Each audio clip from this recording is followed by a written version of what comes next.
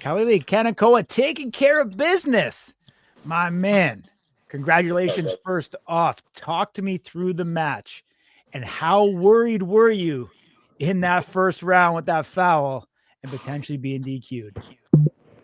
You know, uh, people got to stop lifting their shoulders and, you know, flinching and all that kind of stuff. And that's the reason why I'm happy that the rules are, set in stone now. But yeah, I was a bit worried. I didn't want to lose with DQ. That shit sucked.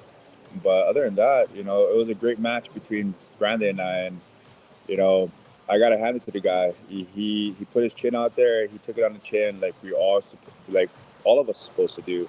So much love to him. But the Chief has to climb back to the rankings, and I got to get that rematch with Darren. You know, so Yeah, I mean, phenomenal night. We've seen the red corner victorious 7 out of the 8 fights on the televised tape.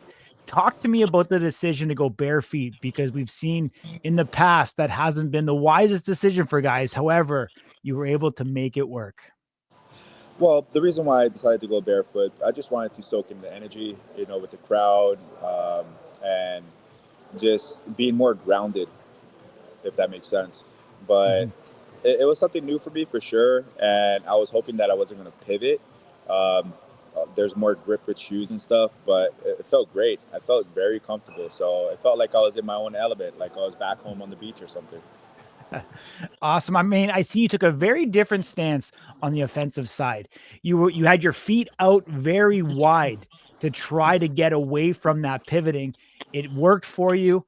Talk to me about the setup and the differences that you made between your last match in Abu Dhabi versus this one in Saudi Arabia. Defensive wise, correct? So yeah. Offensively, even offense. Oh, right, right. So offensive, it just more wider of a stance means much more foundation. It's Mhm. just like building these hotels and whatnot. Bigger the foundation is, the taller the building. So, me having a strong foundation and delivering a slap offensively, even on the defensive side too, I decided to have a little bit more of a wider stance, and it helped out a lot. It helped out a lot. Yeah. I mean, you're victorious. You talked about Darren Godfrey as well, continuing to rack up those victories, pole vaulting himself, definitely up in the ranks. There's some guys that are vacating your division, but Azael Rodriguez dropping out. Wesley Drain has talked about making the drop down as well. AJ Yeah, Static, we're still not sure where he's going to land. It's seemingly like both of you guys are going to be pole vaulting up here, potentially into the top 5 in this division when the ranks come out. Is Darren the target that you have in your crosshairs next for that rematch? absolutely. Darren and I have a gentleman's agreement behind the scenes, and we talk about it. He definitely knows that he flinched, and I'm not too sure if he flinched again in this previous match. But from what the fans are saying, um, yeah, potentially it's going to be me against Darren for sure, 100%. That's the fight that everyone wants to see. There's a lot of controversy with what happened, so hopefully we can get that done. Mhm.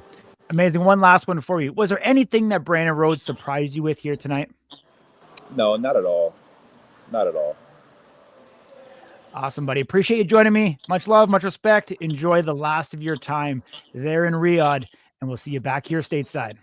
Thank you, Corey.